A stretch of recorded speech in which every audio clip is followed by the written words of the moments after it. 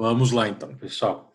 Vamos dar continuidade então à correção do questionário enviado para vocês. Questão número 8. Representou uma forte evolução na tutela dos direitos das pessoas, por, de maneira inédita até então, prever direito à liberdade religiosa, libertou os escravos e não permitiu que novos escravos fossem constituídos. Tais garantias foram previstas em qual instrumento legal? Nós falamos, né, sobre isso naquela aula que eu postei várias imagens no quadro. Então, nessa aula, vários textos foram colocados no quadro, né, várias imagens, que aí eu comentei sobre vários textos antigos e o que de importante nós tínhamos em cada um deles. E aí o texto antigo, né, na evolução da história do direito, que efetivamente previu liberdade religiosa pela primeira vez, libertou os escravos e não constituiu novos escravos, foi o cilindro de Ciro. Então, nós temos aí o cilindro de Ciro, alternativa C, que efetivamente fez isso que o enunciado diz.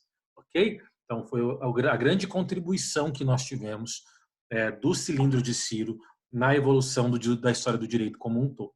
Então, questão 8, alternativa C. Beleza? Vamos seguir.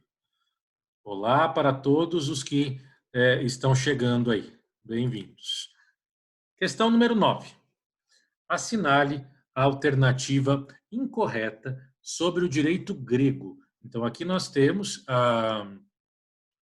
um pedido, né, no enunciado para que você assinale a alternativa incorreta. Ou seja, marque a questão errada, né, sobre o direito grego, que a gente também conversou sobre isso. Alternativa A. Os pensadores gregos consideram como principal fonte do direito o nomos, normalmente traduzido como lei, que tem a função de limitar o poder das autoridades. Isso é verdade.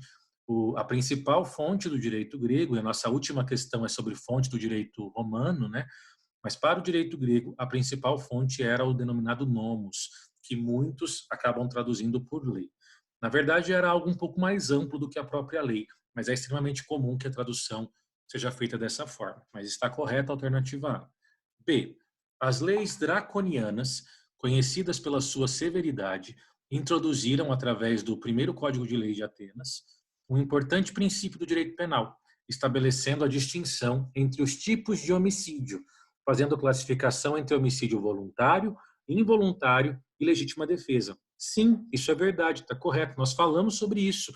Inclusive comentamos, olha, e como é hoje? Hoje nós ainda temos, dentro do crime de homicídio, essa figura de homicídio voluntário, involuntário e legítima defesa? Sim. A diferença é que a gente chama de homicídio voluntário, nós chamamos de homicídio doloso, e o homicídio involuntário nós chamamos de homicídio culposo. Só mudou a nomenclatura, mas a ideia é a mesma. E legítima defesa continua existindo. Nós mantivemos a legítima defesa e incluímos outras hipóteses de excludentes. Então, está correta, sim, a alternativa B. Alternativa C. Todo cidadão deveria estar preparado para argumentar em favor daquilo que dependia e pensava, valendo-se do poder de convencimento e persuasão para tal tarefa. Sim, é verdade. Lembre-se que aqui nós falamos sobre o surgimento da advocacia, bem entre aspas, né? As figuras dos logógrafos. Então, pessoas que escreviam discursos para os outros sustentarem, porque a ideia no direito grego é que as pessoas fossem suficientemente educadas para serem capazes de se defenderem no tribunal. Então, as pessoas deveriam patrocinar a sua própria defesa, não deveriam contratar ninguém. Essa é a ideia básica, né, que se estabelecia naquela sociedade, uma sociedade muito evoluída, no sentido educacional, né, e também intelectual. Então, quando algumas pessoas começaram a comprar defesas, que eram esses logógrafos, isso era muito mal visto, porque indiretamente era como se a pessoa estivesse dizendo: não sou capaz de me defender sozinho, ou seja, aquilo que eu aprendi não foi suficiente para eu me sentir seguro para patrocinar a minha defesa. Então, isso de fato era um valor muito importante na Grécia Antiga, que todo cidadão conseguisse se defender, né? Sustentar ali os seus argumentos. Alternativa D. Instaurou-se a igualdade civil, mantendo-se a propriedade coletiva dos clãs familiares e a servidão por dívidas. E ainda limitou o poder paternal, estabeleceu o testamento, mas não a adoção. Bom, a alternativa D, ela é a alternativa incorreta. Nós temos aqui vários pontos corretos. O ponto errado aqui é que a adoção ela já era permitida neste âmbito de direito grego. Nós já tínhamos a possibilidade de adoção aqui neste período. Então, a alternativa incorreta é a alternativa D. Questão número 10, particularmente é a que eu acho mais chatinha. Mas vamos pensar sobre as alternativas dela. Vamos lá, então. Assinale a alternativa incorreta para marcar a errada. Alternativa A. O direito feudal pode ser considerado como a caracterização do direito nominal medieval do período entre os séculos 9 ao 14. Sim, e aqui nós temos os 3 períodos que a gente consegue compreender dentro da Idade Média. Indo além de ser apenas uma característica de uma época jurídica, por assim dizer. Era caracterizado por um contrato entre o senhor e o vassalo. Esse senhor aqui é o senhor feudal, né? Que o obrigava a ser fiel ao seu senhor, fornecendo-lhe ajuda, especialmente militar, e a participar dos conselhos e cortes do senhor. Em contrapartida, o senhor obrigava-se a proteger e reconhecer o domínio do vassalo sobre uma determinada parcela territorial, que se tornaria hereditária. A justiça era aplicada de forma ordinária pelos senhores, baseando-se especialmente em costumes regionais, podendo ter como fontes ainda algumas legislações romano-germânicas. A alternativa A está correta, completamente correta. O direito feudal, ele é um direito bastante contratual mesmo. Vocês vão estudar mais adiante que contrato, ele se estabelece da seguinte forma, é um dos requisitos do contrato que haja uma consensualidade, ou seja, um pacto e um ajuste de vontades. E o sistema feudal, ele representa bastante isso, porque de um lado eu tenho o senhor feudal, que é o grande chefe daquela região, e do outro lado nós temos os vassalos, que eram os trabalhadores feudais. E aí um estabelecia com o outro responsabilidades recíprocas. Então, se de um lado o vassalo jurava fidelidade ao senhor feudal e que trabalharia para ele, concedendo a ele ali uma parte da sua produção e servindo como força militar, o senhor feudal também se voltava para o vassalo, garantindo a ele segurança, garantindo para ele o direito sobre aquela propriedade, sobre a terra, e que aquela terra seria transmitida hereditariamente, ou seja, ela seria objeto de herança pelos seus filhos, por exemplo, né? Então nós tínhamos isso, essa lógica contratual muito forte no sistema feudal. E era uma justiça baseada em costumes e também na vontade do próprio senhor feudal. Então, a alternativa A está correta. A alternativa B, o ius comune, ou direito comum, surge de conteúdos normativos idênticos em todo o território europeu. A alternativa B é a alternativa errada. A alternativa B está incorreta. Era a alternativa B que deveria ser marcada. Por quê? Porque o ius comune, chamado direito comum, ele não é fruto de normas jurídicas iguais em toda a Europa, em todos os países da Europa. Mas o ius comune, essa ideia do direito comum surge a partir de essências normativas próximas, parecidas.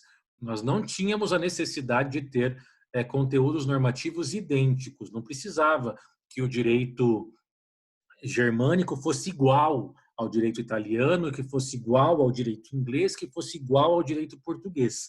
Era suficiente que houvessem semelhanças pontuais. Na essência, houvessem proximidades, mas não precisavam ser idênticos, né? O problema aí é no termo idênticos. Então, a alternativa B é a errada.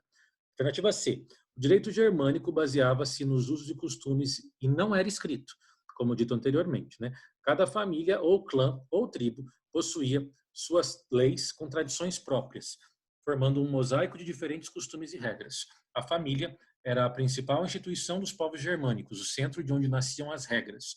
Regras estas baseadas nos costumes, que eram a principal fonte do direito.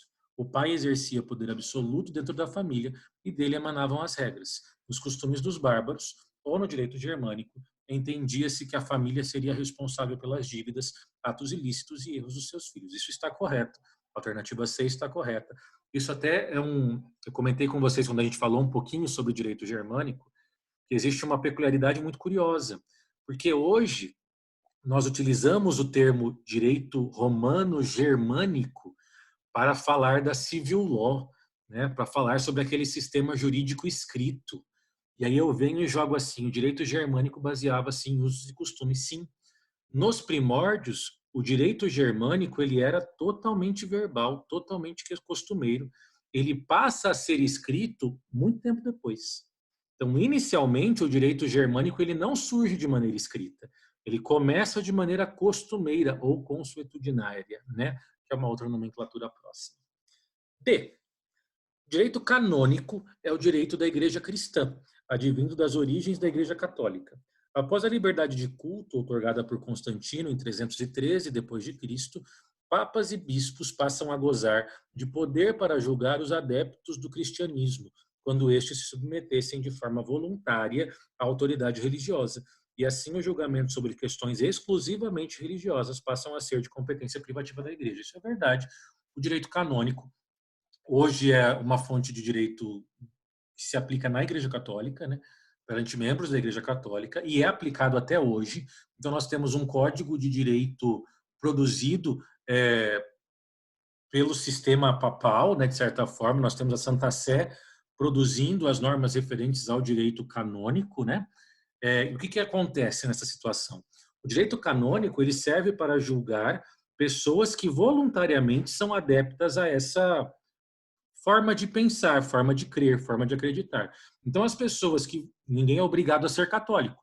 Então, pessoas que estão na religião católica, que são católicos e entende-se que voluntariamente estão ali, elas se submetem às diretrizes do direito canônico. Então, por exemplo, essas circunstâncias que a gente já vê ou já ouviu falar, acredito que boa parte de vocês já tem ouvido falar sobre isso, de anulação de casamento,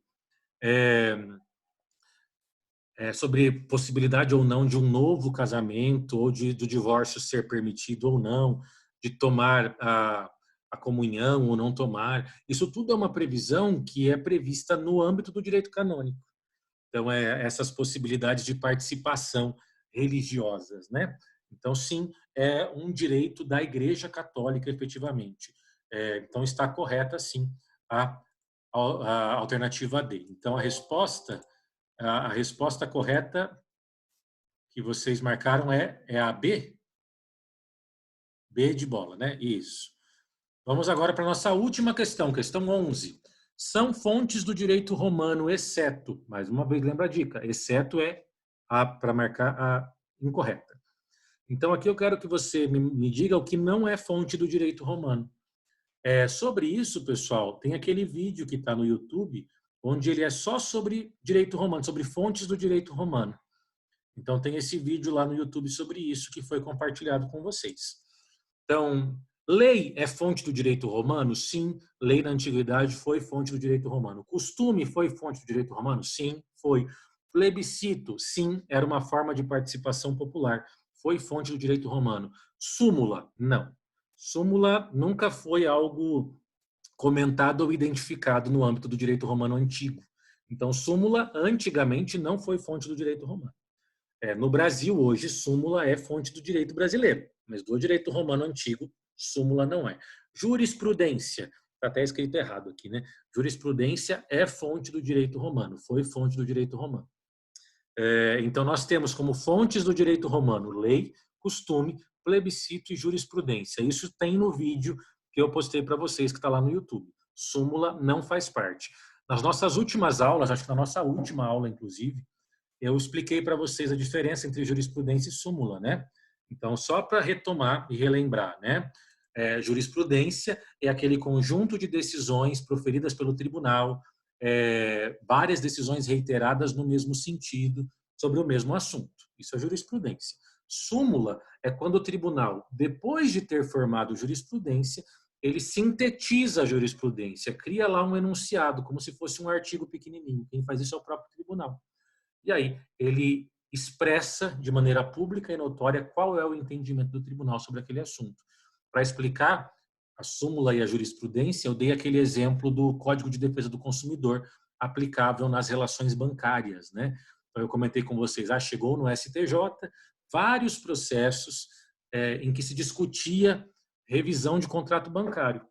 E aí o cliente do banco queria que aplicasse o Código de Defesa do Consumidor e o banco dizia que não era cabível o Código de Defesa do Consumidor, porque não era uma relação de consumo. Até que o STJ, o Superior Tribunal de Justiça, entendeu repetidamente que aplica o Código de Defesa do Consumidor em relações bancárias. Isso formou jurisprudência. Depois disso, o STJ editou a súmula 133, que, de uma maneira bastante objetiva e simples, diz: aplica-se o Código de Defesa do Consumidor nas relações bancárias. Simples assim. Então, súmula é, na verdade, uma síntese, um resumo de um entendimento jurisprudencial. Não se tinha essa figura de súmula na época do direito romano antigo. Isso nem existia naquela época. Jurisprudência, sim. Ok? Pessoal, com isso, a gente conclui a resolução das questões do questionário que foi passado para vocês e, consequentemente, concluímos também a revisão para a avaliação.